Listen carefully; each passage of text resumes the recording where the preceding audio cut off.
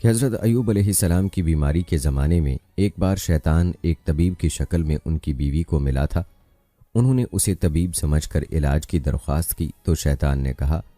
اس شرط پر کہ اگر ان کو شفا ہو جائے تو یوں کہہ دیں کہ تو نے شفا دی، میں اور کچھ نذرانہ نہیں چاہتا۔ بیوی نے ایوب علیہ السلام سے ذکر کیا تو انہوں نے فرمایا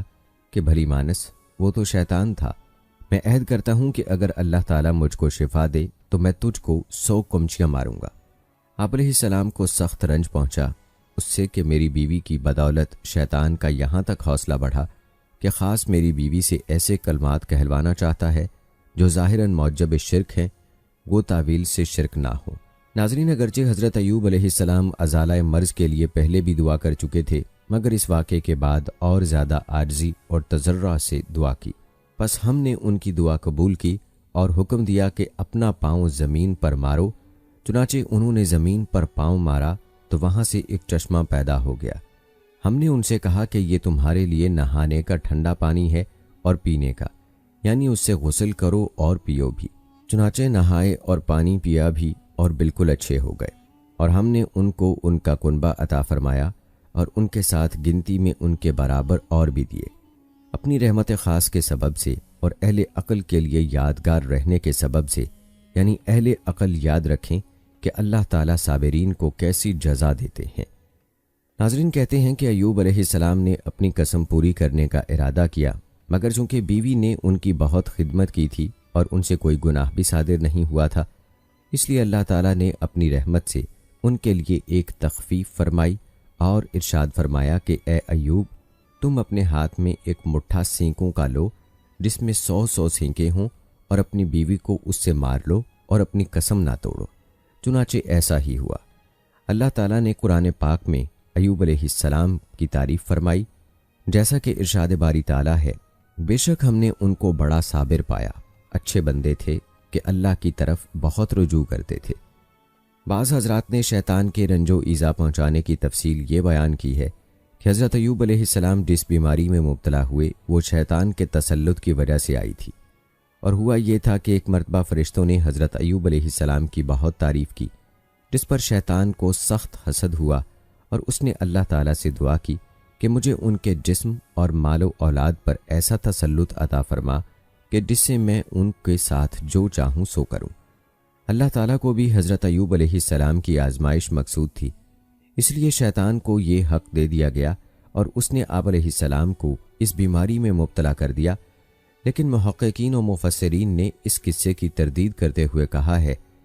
کہ قرآن کریم کی تصریح کے مطابق انبیاء علیہ السلام پر شیطان کو تسلط حاصل نہیں ہو سکتا، اس لیے یہ ممکن نہیں ہے کہ اس نے آپ علیہ السلام کو بیمار کر دیا ہو۔ بعض حضرات نے شیطان کے رنج و آزار پہنچانے کی یہ تشریح کی ہے کہ بیماری کی حالت میں شیطان حضرت ایوب علیہ السلام کے دل میں طرح طرح کے وسوسے ڈالا کرتا تھا،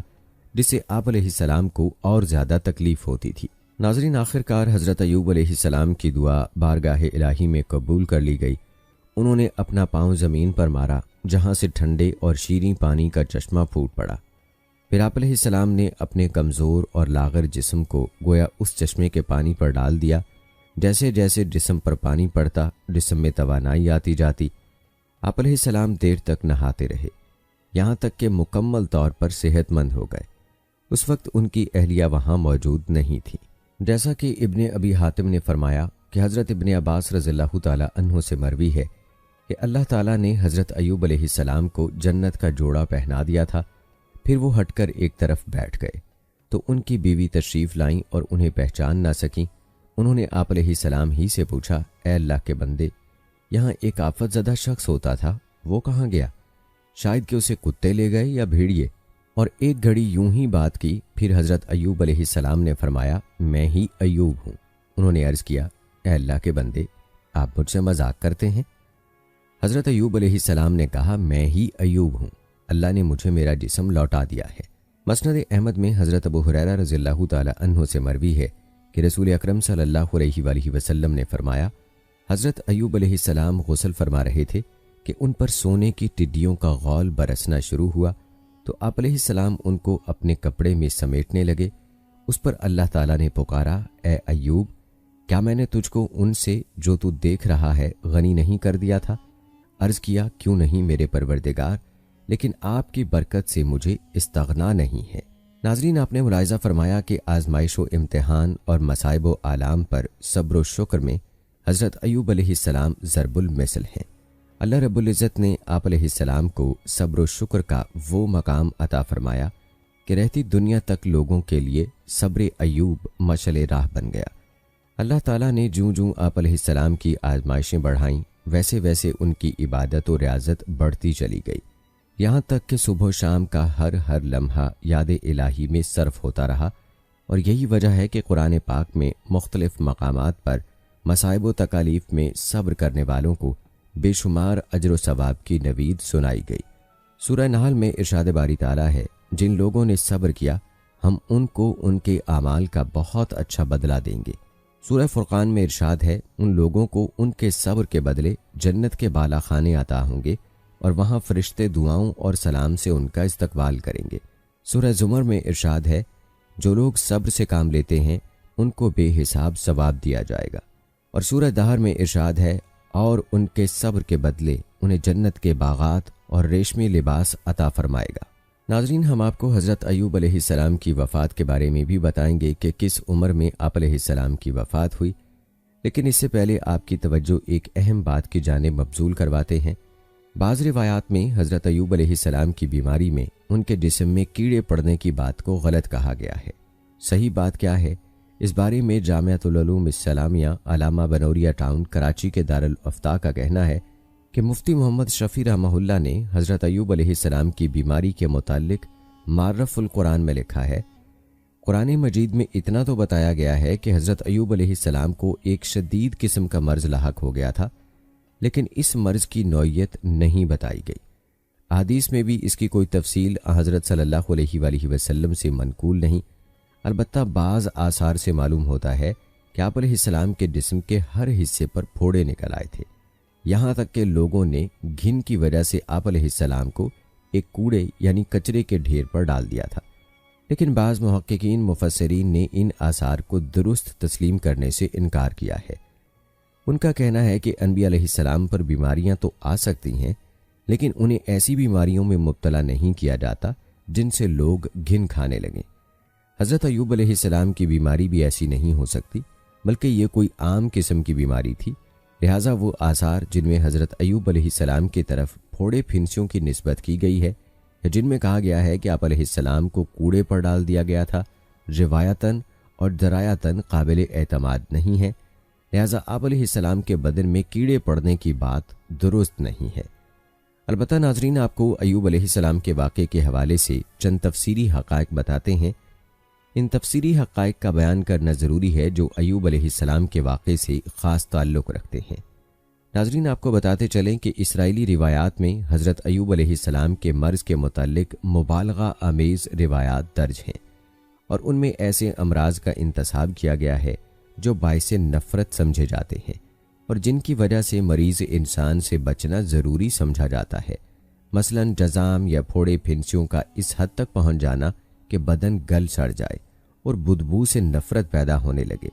ان روایات کو نقل کرنے کے بعد بعض مفسرین نے یہ اشکال پیدا کیا کہ نبی کو ایسا مرض لاحق نہیں ہوتا جو انسانوں کی نگاہوں میں باعث نفرت ہو اور اس کی وجہ سے وہ مریض سے دور بھاگتے ہوں، اس لیے کہ یہ نبوت کے مقصد تبلیغ و ارشاد کے منافی ہے اور رشد و ہدایت کے لیے رکاوٹ کا باعث ہے۔ اور پھر اس کے دو جواب دیے ہیں، ایک یہ کہ شاید حضرت ایوب علیہ السلام کو یہ مرض نبوت سے پہلے لاحق ہوا ہو اور مصیبت و آزمائش پر صبر و شکر کے بعد جب ان کو شفا عطا ہوئی تب منصب نبوت سے سرفراز کیا گیا ہو، اور دوسرا جواب یہ کہ اسرائیلی روایات غیر مستند اور مبالغہ آمیز ہیں اور قرآن عزیز اور احادیث رسول میں اس کے متعلق کوئی تفصیل موجود نہیں ہے، لہٰذا نہ اشکال پیدا ہوتا ہے اور نہ اس کے جواب کی ضرورت باقی رہتی ہے۔ محققین کی رائے یہی ہے اور یہی صحیح اور درست ہے، اور جبکہ قرآن مجید نے مرض کی کوئی تفصیل بیان نہیں کی اور تمام ذخیرہ حدیث اس کے ذکر سے خالی ہے، تو اسرائیلی روایات پر بحث قائم کرنا فضول اور لغو ہے۔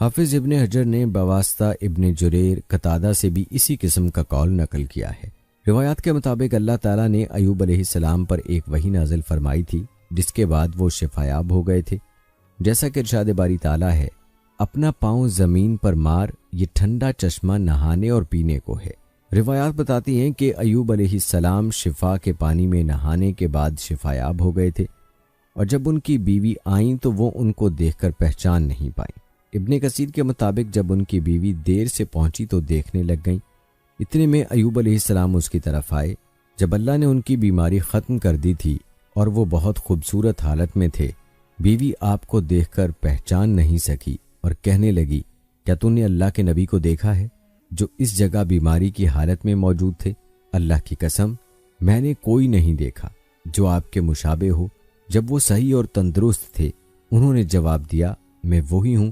جبکہ ابن جریر طبری کے مطابق ایوب علیہ السلام کے 2 کھلیان تھے، ایک گندم کا، ایک جو کا۔ اللہ نے 2 بادل بھیجے، ایک بادل گندم کے کھلیان پر اور اس نے سونا برسایا یہاں تک کہ وہ لبالب بھر گیا، پھر دوسرے نے جو کے کھلیان پر چاندی برسائی یہاں تک کہ وہ لبالب بھر گیا۔ دوستو، اسی طرح سے ابن ابو حاتم نے اپنی سند کے ساتھ بیان کیا ہے کہ اللہ تعالیٰ نے آپ کو جنت کا لباس پہنایا۔ ایوب علیہ السلام ایک طرف ہو کر بیٹھ گئے۔ آپ کی بیوی آئی اور آپ کو پہچان نہ سکی اور کہنے لگی، اے اللہ کے بندے، اس جگہ ایک مریض تھا، وہ کہاں گیا؟ شاید اسے کتے لے گئے یا بھیڑیا کھا گیا۔ وہ کچھ دیر بات کرتی رہی تو آپ نے فرمایا، میں ہی ایوب ہوں۔ تو کہنے لگی، اے اللہ کے بندے، میرے ساتھ کیوں مذاق کر رہا ہے؟ آپ علیہ السلام نے فرمایا، تجھ پر افسوس ہے، میں ہی ایوب ہوں۔ اللہ نے مجھے شفا عطا فرمائی اور میرا جسم درست کر دیا۔ اور ابو ہریرہ رضی اللہ تعالیٰ عنہ فرماتے ہیں کہ محمد صلی اللہ علیہ وآلہ وسلم نے فرمایا،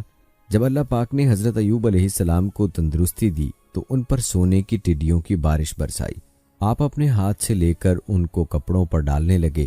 آپ کو کہا گیا کہ کیا تو سیر نہیں ہوا؟ آپ نے بارگاہ الہی میں عرض کی، یا اللہ، تیری رحمت سے کون سیر ہو سکتا ہے؟ دوستو، چشمہ ایک تھا یا 2 اس بحث سے قطع نظر اللہ تعالیٰ نے حضرت ایوب علیہ السلام کے لیے صحت کا جو طریقہ اختیار فرمایا وہ فطری طریقہ ہے۔ آج بھی ایسے معدنی چشمے اس کائنات انسانی کے فائدے کی خاطر ظاہر کر رکھے ہیں جن میں غسل کرنے اور ان کا پانی پینے سے بہت سی امراض کم ہو جاتے ہیں یا دور ہو جاتے ہیں۔ فرق صرف اس قدر ہے کہ ایسے چشمے کا ظہور ایوب علیہ السلام کے لیے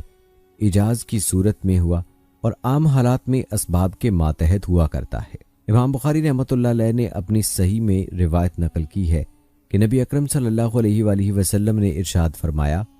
حضرت ایوب علیہ السلام غسل فرما رہے تھے کہ اللہ تعالیٰ نے سونے کی چند ٹڈیاں ان پر برسائیں۔ ایوب علیہ السلام نے ان کو دیکھا تو مٹھی بھر کر کپڑے میں رکھنے لگے۔ اللہ تعالیٰ نے ایوب علیہ السلام کو پکارا، ایوب، کیا ہم نے تم کو یہ سب کچھ دھن دولت دے کر غنی نہیں بنا دیا؟ پھر یہ کیا ہے؟ ایوب علیہ السلام نے عرض کیا، پروردگار، یہ صحیح اور درست ہے، مگر تیری نعمتوں اور برکتوں سے کب کوئی بے پرواہ ہو سکتا ہے؟ اس روایت کی شرح کرتے ہوئے حافظ ابن حجر تحریر فرماتے ہیں کہ امام بخاری کی اپنی شرط کے مطابق حضرت ایوب علیہ السلام کے واقعے سے متعلق کوئی خبر ثابت نہیں ہو سکی، اس لیے صرف بیان کی گئی روایات ہی پر انہوں نے اکتفا کیا، اس لیے کہ وہ ان شرائط کے مطابق صحیح ہے۔ اس کے بعد حافظ ابن حجر اپنی جانب سے فرماتے ہیں کہ اس سلسلے میں اگر کوئی روایت صحت کو پہنچ سکی ہے تو وہ حضرت انس رضی اللہ تعالی عنہ کا ایک اثر ہے جس کو ابن ابی حاتم اور ابن جریر نے روایت کیا ہے، اور ابن حبان اور حاکم نے اس کی تصحیح کی ہے، اور وہ روایت اس طرح ہے۔ حضرت انس رضی اللہ تعالی عنہ سے روایت ہے کہ ایوب علیہ السلام 13 سال تک مصائب کے امتحان میں رہے، حتیٰ کہ ان کے تمام عزیز و اقارب اور قریب و بعید کے متعارف سب ہی نے ان سے کنارہ کشی اختیار کر لی۔ روایات بتاتی ہیں کہ اعزاء میں سے ان کے 2 عزیز ضرور صبح و شام ان کے پاس آتے رہے۔ ایک مرتبہ ان میں سے ایک نے دوسرے سے کہا، معلوم ایسا ہوتا ہے کہ ایوب علیہ السلام نے کوئی بہت ہی بڑا گناہ کیا ہے، تبھی تو وہ اس کی پاداش میں ایسی سخت مصیبت کے اندر مبتلا ہے۔ اگر یہ بات نہ ہوتی تو خدا ان پر مہربان نہ ہو جاتا اور ان کو شفا نہ ہو جاتی۔ یہ بات دوسرے نے حضرت ایوب علیہ السلام سے کہہ سنائی۔ حضرت ایوب علیہ السلام یہ سن کر بہت بے چین اور مضطرب ہو گئے اور خدا تعالیٰ کی درگاہ میں سر بسجود ہو کر دعا گو ہوئے۔ اس کے فوراً بعد ہی ایوب علیہ السلام رفع حاجت کے لیے جگہ سے اٹھے اور ان کی بیوی ان کا ہاتھ پکڑ کر لے گئی۔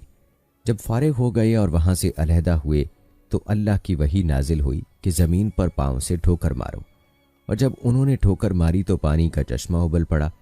اور انہوں نے غسل صحت کیا اور پہلے سے زیادہ صحیح و تندرست نظر آنے لگے۔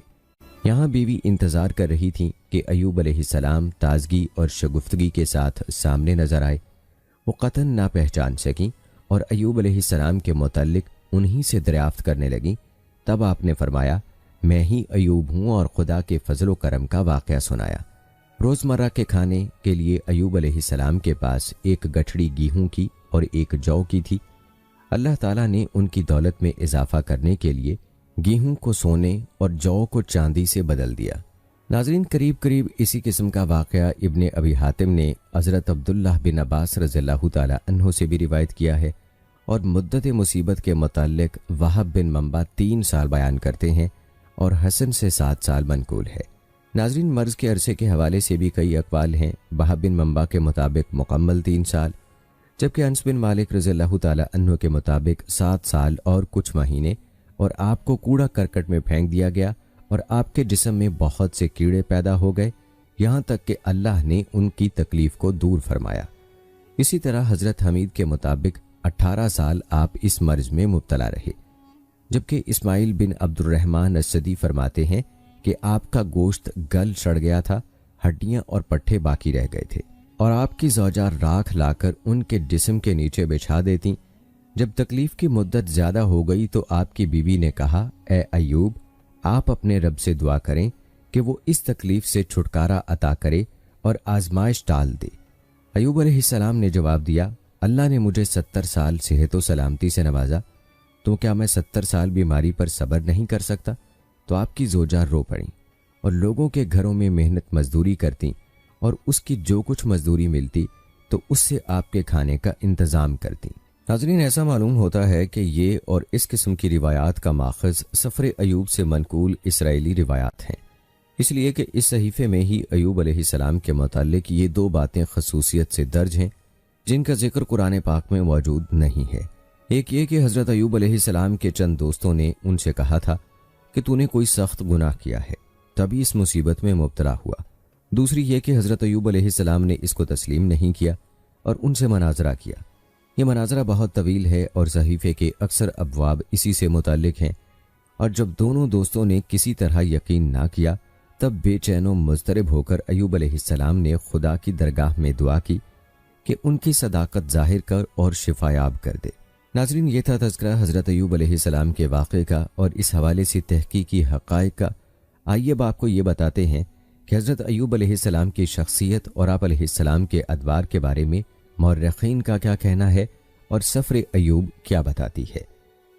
ناظرین، آپ کو بتاتے چلیں کہ حضرت ایوب علیہ السلام کی شخصیت سے متعلق تحقیق کے لیے صرف 2 ماخذ ہو سکتے ہیں، ایک تورات اور دوسرے وہ اقتباسات جو تاریخ قدیم سے اخذ کر کے مورخین عرب